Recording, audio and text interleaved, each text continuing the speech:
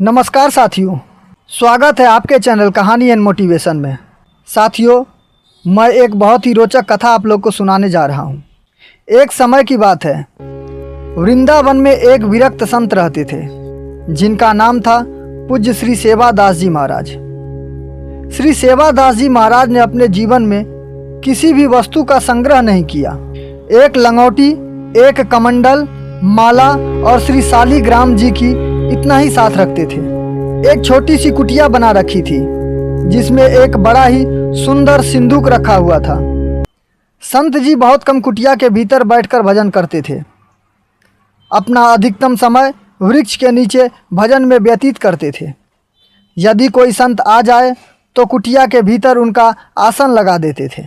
एक समय वहाँ एक बदमाश व्यक्ति आया और उसकी दृष्टि कुटिया के भीतर रखी उस सुंदर सिंदूक पर पड़ी। उसने सोचा कि अवश्य महात्मा को कोई खजाना प्राप्त हुआ होगा जिसे यहाँ छिपा रखा है। महात्मा को धन का क्या काम, अवसर पाते ही से चुरा लूँगा। एक दिन बाबा जी कुटिया के पीछे भजन कर रहे थे। अवसर पाकर उस चोर ने कुटिया के भीतर प्रवेश किया और संदूक को तोड़ मरोड़ कर खोला। उस संदूक के भीतर एक और छोटी संदूक रखी हुई थी। चोर ने उस संदूक को भी खोला, तब देखा कि उसके भीतर एक और छोटी संदूक रखी है।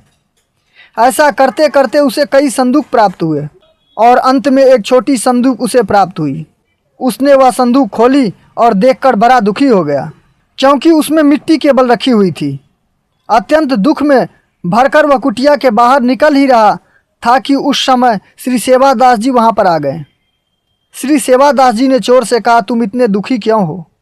चोर ने कहा, इतनी सुंदर सिंदूक में कोई मिट्टी रखता भी है क्या? बड़ी अजीब महात्मा हो।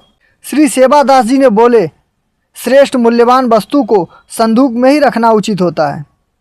चोर बोला, ये मिट्टी कौन सी मूल्यवान वस्तु है महाराज? बाबा बोले, ये कोई साधारण मिट्टी नहीं, यह तो पवित्र श्री वृंदावन रज है।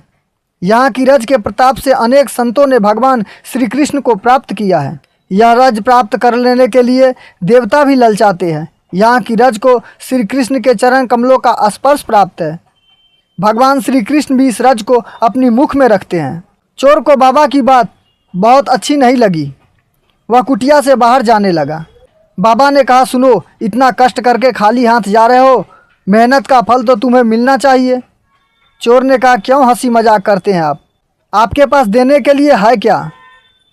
श्री सेवादास जी कहने लगे, मेरे पास तो देने के लिए कुछ नहीं है, परंतु इस ब्रज के रज में सब कुछ प्रदान करने की सामर्थ्य है। चोर बोला, मिट्टी किसी को भला क्या दे सकती है? संत बोले, विश्वास हो तो यह रज प्रभु स्वयं प्रभु से मिला सकती है। चोर बोला, मिट्टी किसी को भला क्या दे सकती है? तो संत बोले, विश्वास हो तो यह रज स्वयं प्रभु से मिला सकती है। चोरी करना तो तुम्हारा काम धंधा है और महात्मा के यहाँ से खाली हाथ जाएगा तो यह भी ठीक नहीं। जाते जाते यह प्रसाद ले जा। इतना कहकर श्री सेवादास जी ने थोड़ी सी ब्रज रज लेकर उसे चोर के माथे पर लगा दिया। माथे पर रज का स्पर्श होते ही वह चोर भाव से भरकर भगवान के पवित्र नामों का उच्चारण करने लगा। श्री राधा, कृष्ण, गोविंद, केशव। उनका हृदय निर्मल हो गया और वह महात्मा के चरणों में गिर गया। महात्मा जी ने उन्हें हरि नाम जप और संत सेवा का उपदेश देकर उनका जीवन कृष्णमय बना दिया। दोस्तों, यह कहानी बहुत छोटी है लेकिन बहुत ही प्रेरणादायक है। कभी भी किसी का भी हृदय परिवर्तन होता है भगवान के भजन से, तो देर है लेकिन होगा ज़रूर। मिलेंगे अगले कहानी में, तब तक के लिए बाय बाय, टेक केयर। आप सभी अपना ख्याल रखें।